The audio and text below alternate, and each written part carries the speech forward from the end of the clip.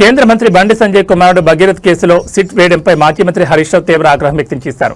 Complaint వచ్చి 4 రోజులైనా ఇప్పటివరకు ఎందుకు అరెస్ట్ చేయలేదని ప్రశ్నించారు. అరెస్ట్ చేయకుండా సిట్ అంటూ కాలక్షేపం చేస్తున్నారని మండిపడ్డారు. బీఆర్ఎస్ కార్యకర్తల మీద కేసులు పెట్టి అర్ధరాత్రి వారెంట్ ఇష్యూ చేసి హంగామా చేసిన రేవంత్ రెడ్డికి ఇది కనిపించడం లేదని నిలదీశారు.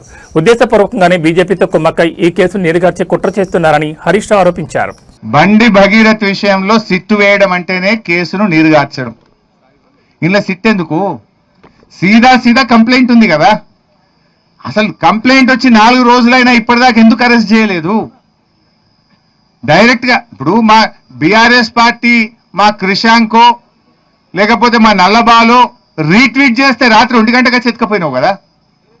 12 బజే రాత్రి ఇంటికి వచ్చి రీట్వీట్ చేస్తే వాళ్ళేమి రేప్ చేయలే, మర్డర్ చేయలే, డ్రగ్స్ తీసుకోలే. ట్విట్టర్లో వాళ్ళ అభిప్రాయాన్ని రీట్వీట్ చేసింది అంతే. దానికి 1 గంట రాత్రి పోయి బీఆర్ఎస్ కార్యకర్తలు అరెస్ట్ చేసి కేసుల మీద కేసులు పెట్టి పీటీ వారెంట్లు వేసి బెయిల్ రాకుండా లోపల పెట్టిన రేవంత్ రెడ్డి 4 రోజులైనా ఒక రేప్ కేసులో కంప్లైంట్ వస్తే ఇప్పటిదాకా నువ్వు అరెస్ట్ చేయలేదంటేనే నీ కుమ్మక్కు రాజకీయం బయటపడుతుంది. ఇప్పుడు ఇంత క్లియర్ కట్ కేసులో 4 రోజులైనా నువ్వు యాక్ట్ చేయలే.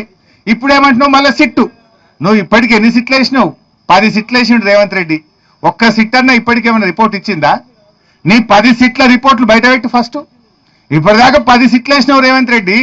ఏ సిట్ అన్న తేల్చిందా? ఏ సిట్టు మీద చర్యలు జరిగినాయా? నువ్వు ఇక్కడ కూడా సిట్టు వేయడం అంటే నీరుగార్చడమే కేసును. ఉద్దేశపూర్వకంగా కుమ్మక్కై నువ్వు ఇలా ఈ సిట్టు వేసి కేసును నీరుగార్చే ప్రయత్నం చేస్తున్నావు.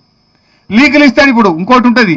నా డౌట్ ఇవాళ ఏంటంటే పార్లమెంట్ ఎన్నికలు రాగానే అప్పుడు సిట్ వేసిండు కదా, ఏది టెలిఫోన్ ట్యాపింగ్ లీకులు వస్తాయి. ఇట్లా అయిందట అట్లా అయిందట సినిమా యాక్టర్లు అయిందని.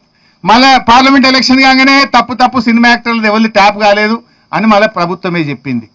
మళ్ళా మొన్న సర్పంచ్ ఎన్నికలు మున్సిపాలిటీ ఎన్నికలు రాగానే మళ్ళీ సిట్టు లీకులన్నీ వచ్చినాయి. అలేవో మొన్న ఎలక్షన్లు అయిపోయినాయి, బంద్ అయింది. ఇప్పుడు బండి సంజయ్ గారిని కాపాడడానికి ఇవాళ పొద్దుకో రేపో మళ్ళీ లీకులు ఇస్తారు. ఇట్లా అయిందట అట్లా అయిందట, ఇందులో A1 ఈయనట, A2 ఈయనట, ఆయన పేరు పెట్టిరట, ఈయన పేరు పెట్టిరట అని రేవంత్ రెడ్డి ఎప్పుడు అవసరం ఉంటే అప్పుడు వాడుకుంటాడు దీన్ని. Leak master. మళ్ళీ ఇవాళ రేపో లీకులు ఇస్తాడు. ఇక లీకులు ఇచ్చి చర్చ పక్కదారి పట్టాలి. అసలు విషయం ప్రజలు మాట్లాడుకోవద్దు. ఎలక్షన్లు రాగానే లీకులు యాదికి వస్తాయి. రేవంత్ రెడ్డి ప్రభుత్వం డిఫెన్స్ లో పడంగానే లీకులు గుర్తొస్తాయి. లేదు ఏదన్నా ఒక అంశాన్ని దారి తప్పియాలి, విషయాన్ని చర్చ పక్కదారి పట్టాలనగానే లీకులు. సినిమాస్ ఏదో టీవీ సీరియల్ నడిపినట్టు 2.5 ఏళ్ళ ఏం తెలిసింది ఉన్నది అంటే ఇదంతా కూడా డ్రామా కంపెనీ.